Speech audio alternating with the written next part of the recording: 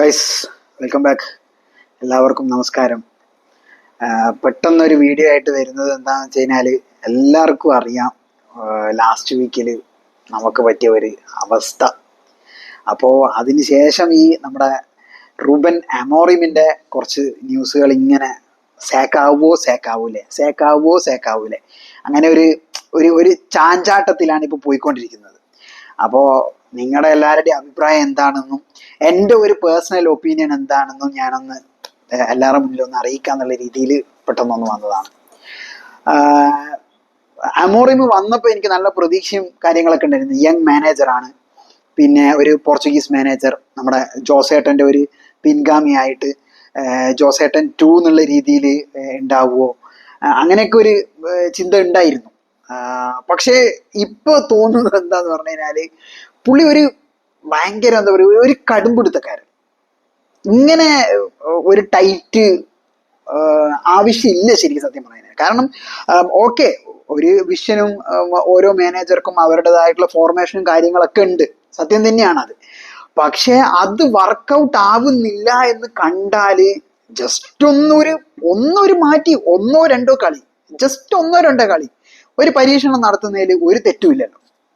ആരായാലും ചെയ്യും, എല്ലാവരും ചെയ്യുന്നതാണ്. നമ്മുടെ ലെജൻഡ് സർ അലക്സ് ഫെർഗൂസൺ തന്നെ പല പ്രാവശ്യം ഫോർമേഷൻസ് മാറ്റിയിട്ടുണ്ട്. കാരണം പ്ലെയേഴ്സിന്റെ അവൈലബിലിറ്റിനനുസരിച്ചിട്ട് 8 ഡിഫൻഡേഴ്സിനെ വെച്ച് കളിച്ച കളി പോലും ഉണ്ട്, സുഖസുന്ദരമായിട്ട് ജയിക്കുകയും ചെയ്തിട്ടുണ്ട്.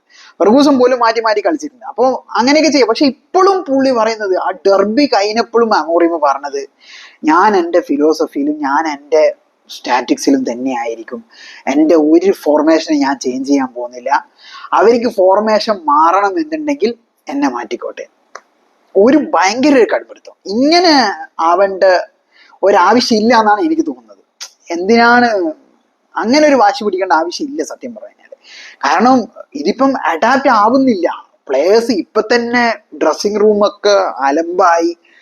അമോറിമിന്റെ കയ്യിലേ അല്ല എന്നുള്ള ന്യൂസൊക്കെയാണ് കാണുന്നത്. ഫേക്ക് അടിച്ചു വിടുന്നതാണെന്നതല്ല, കാരണം ഏറ്റവും കൂടുതൽ ഹേറ്റേഴ്സ് നമുക്കാണല്ലോ.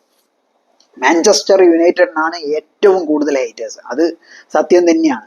അപ്പോൾ അത് അടിച്ചു വിടുന്നതാണോ എന്താണെന്ന് അറിയില്ല. ഇപ്പൊ ലേറ്റസ്റ്റ് ആയിട്ടുള്ള ന്യൂസൊക്കെ എന്താ വരുന്നതെന്ന് വെച്ച് കഴിഞ്ഞാല് നെക്സ്റ്റ് 3 ഗെയിംസ് കൂടി കൊടുക്കും. ഞാൻ വിചാരിച്ച മിക്കവാറും ഇന്നായിട്ട് സാക്കോ അല്ലെങ്കിൽ റിസൈൻ ചെയ്ത് പോവുമായിരിക്കും. പക്ഷെ റിസൈൻ ചെയ്ത് പോവില്ല എന്ന് എന്തായാലും അമോറിം തന്നെ പറഞ്ഞു. കാരണം തുറന്നടിച്ച് പറഞ്ഞല്ലോ, എൻ്റെ സിസ്റ്റം ഇത് തന്നെയായിരിക്കും, എൻ്റെ സിസ്റ്റത്തിൽ അഡാപ്റ്റ് ചെയ്യാൻ പറ്റുന്നില്ലെങ്കിൽ എന്നെ മാറ്റിക്കോട്ടെ, അല്ലാണ്ട് ഞാൻ എൻ്റെ സിസ്റ്റം മാറ്റില്ല. അതാണ് പുള്ളിയുടെ സ്റ്റാൻഡ്. അപ്പോൾ നെക്സ്റ്റ് 3 ഗെയിംസ് എനിക്ക് തോന്നുന്നു അടുത്ത നമ്മുടെ ഒക്ടോബർ ഇന്റർനാഷണൽ ബ്രേക്ക് വരെ നോക്കാനുള്ള പരിപാടി ആയിരിക്കും തോന്നുന്നു. സാക്ഷാൽ ബ്രൂണോ കൈവിട്ട പോലെയുള്ളത്. ബ്രൂണോനെ താങ്ങി ലാസ്റ്റ് ഇപ്പോൾ ബ്രൂണോ അമോറിമിനെ കൈവിട്ടു. കാരണം ഈ സിസ്റ്റം ശരിയാവുന്നില്ല. സത്യം തന്നെയാണ്, ബ്രൂണോനും കളിക്കാൻ പറ്റുന്നില്ല ആ ഒരു ഡീപ്പർ റോളില്. അവൻ അങ്ങനെ ചിന്തിക്കുന്ന ഞാൻ വിചാരിച്ച്, എൻ്റെ മനസ്സിലേക്ക് ആലോചന വന്നതെന്ന് വെച്ച് കഴിഞ്ഞാല് ആ ഒരു സൗദീന്റെ ബിഡ് ആക്സെപ്റ്റ് ചെയ്ത് പോയാൽ മതിയായിരുന്നു. എന്നാൽ പിന്നെ നമുക്ക് ആ പൈസേനെ കൊണ്ട് അമോറിമിന് വേണ്ടിയിട്ട് ഇപ്പൊ കളിക്കുന്ന ഈ ഫോർമേഷനിൽ തന്നെ കളിക്കണമെങ്കിൽ ആ ഒരു മിഡ് കിട്ടിയിട്ടുണ്ടെങ്കിൽ ഇപ്പൊ സെറ്റ് ആവുമായിരുന്നു.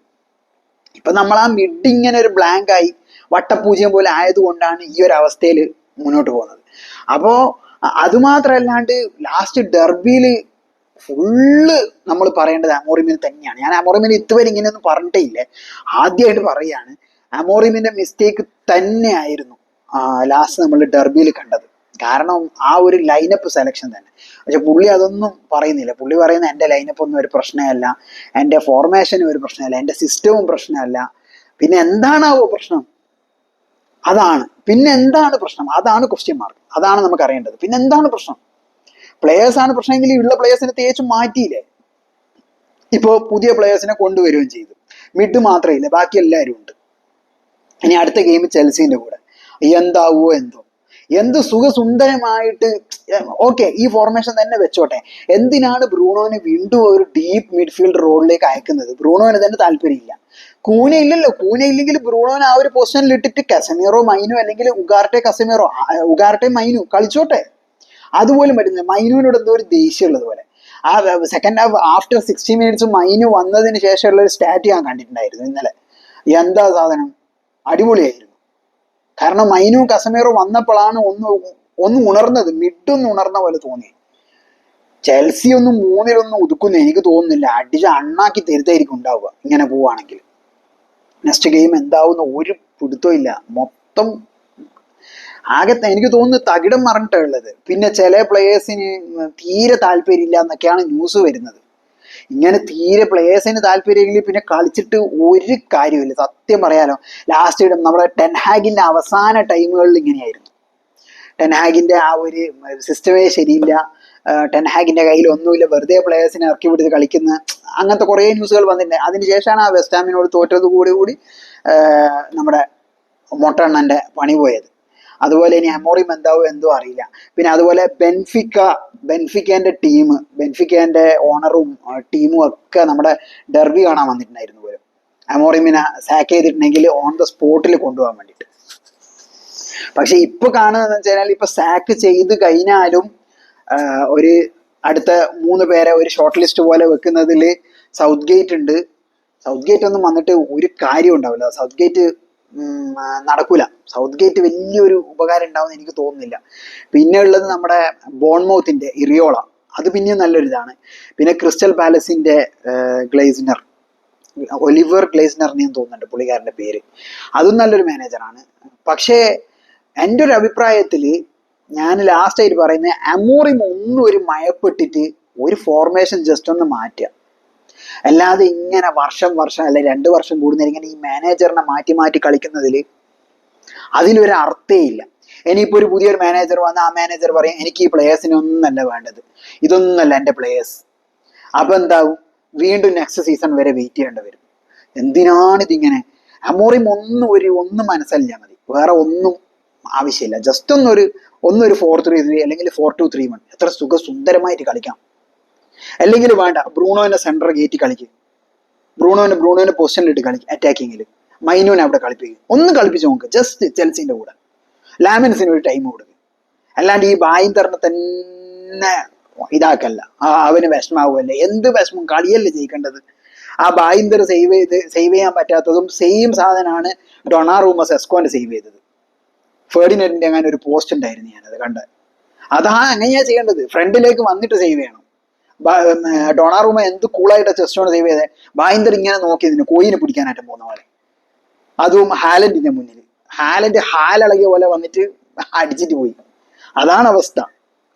ലാമൻസ് യങ് ഗോൾ കീപ്പറാണ്, പക്ഷെ ടൈം കൊടുക്കണം. ടൈം കൊടുത്തു കഴിഞ്ഞാൽ മാത്രമേ എന്തെങ്കിലും നടക്കുള്ളൂ. ചെൽസിന്റെ ഗെയിമിലെങ്കിലും ഒന്ന് ഇറങ്ങണം, അതേ എനിക്ക് പറയാനുള്ളൂ. അമോറിം ഒന്നൊരു മയപ്പെട്ടിട്ട് ജസ്റ്റ് ഒന്നൊരു ഫോർമേഷൻ മാറ്റി നോക്കുക. ഇല്ലെങ്കിൽ ആസ് യൂഷ്വൽ പുതിയൊരു മാനേജർ വരുന്നു, ആ മാനേജറും പോകുന്നു, വീണ്ടും റീബിൽഡ് എന്ന് പറഞ്ഞിട്ട് ഫസ്റ്റ് 1 തൊട്ട് തുടങ്ങണം. ഇതന്നെ അവസ്ഥ. എന്തായാലും നമുക്ക് ഇനി അടുത്ത ഗെയിം എന്താവും അറിയാം, നോക്കാം, കണ്ടു തന്നെ അറിയാം. ചെൽസിയാണ്, പക്ഷെ ഓൾഡ് ട്രാഫോർഡിലാണ്. വിജയിക്കാൻ പറ്റട്ടെ, അത് മാത്രമേ ഇപ്പോൾ പറയാനുള്ളൂ. അപ്പോൾ ശരി ഗൈസ്, ബൈ.